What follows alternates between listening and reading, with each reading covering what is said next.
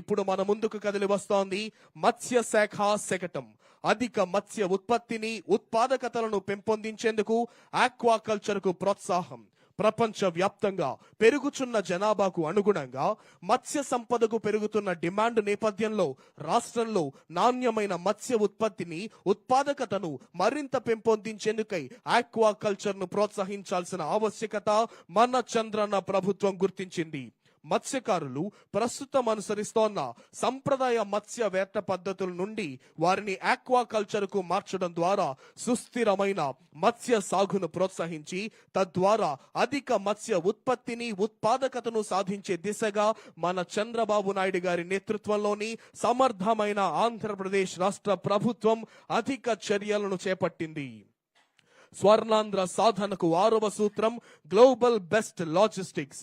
మెగాపోర్ట్లు, అంతర్జాతీయ విమానాశ్రయాలు, multi modal logistics పార్కింగ్లు అభివృద్ధి చేయటమే ఆంధ్రప్రదేశ్ రాష్ట్ర ప్రభుత్వం యొక్క ప్రధాన లక్ష్యం.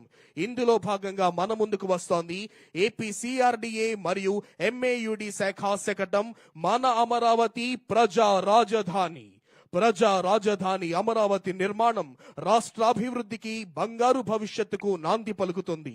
కేంద్ర ప్రభుత్వంతో పాటు ప్రపంచ బ్యాంకు, ఆసియా అభివృద్ధి బ్యాంకుల ఆర్థిక సహకారంతో చేపట్టిన ఈ పనులన్నీ రానున్న 3 ఏళ్లలో పూర్తి చేయాలనే లక్ష్యంతో జెట్ స్పీడ్ లో కొనసాగిస్తోంది ఆంధ్రప్రదేశ్ రాష్ట్ర ప్రభుత్వం. ఇందుకు సంబంధించి ఇప్పటికే కొన్ని ముఖ్యమైన పనులకు టెండర్ల ప్రక్రియ పూర్తి కాగా మరికొన్ని పనులకు త్వరలోనే టెండర్లు పిలవనున్నారు. 2019కి ముందు చంద్రన్న ప్రభుత్వం రాజధాని అభివృద్ధి పనులను 42,519 కోట్లు ఖర్చు పెడితే ఇప్పుడు 7,000 కోట్లు అదనంగా భారం పడటం జరిగింది. ఇప్పుడు మన ముందుకు వస్తోంది పంచాయతీరాజ్ మరియు గ్రామీణాభివృద్ధి, పల్లె పండుగ, పంచాయతీ వారోత్సవాలు, పంచాయతీరాజ్ శకటం.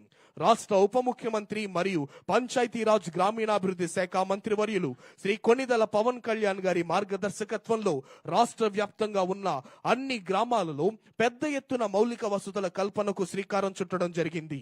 గ్రామాల్లో జరిగే అభివృద్ధి పనుల్లో మరింత పారదర్శకత, ప్రజల్లో జవాబుదారీతనం పెంపొందించే లక్ష్యంతో గత ఏడాది ఆగస్టు 23న రాష్ట్ర వ్యాప్తంగా 13,326 గ్రామ పంచాయతీల్లో ఒకే రోజున గ్రామ సభలు నిర్వహించి ప్రపంచ రికార్డును సృష్టించింది మన కూటమి ప్రభుత్వం.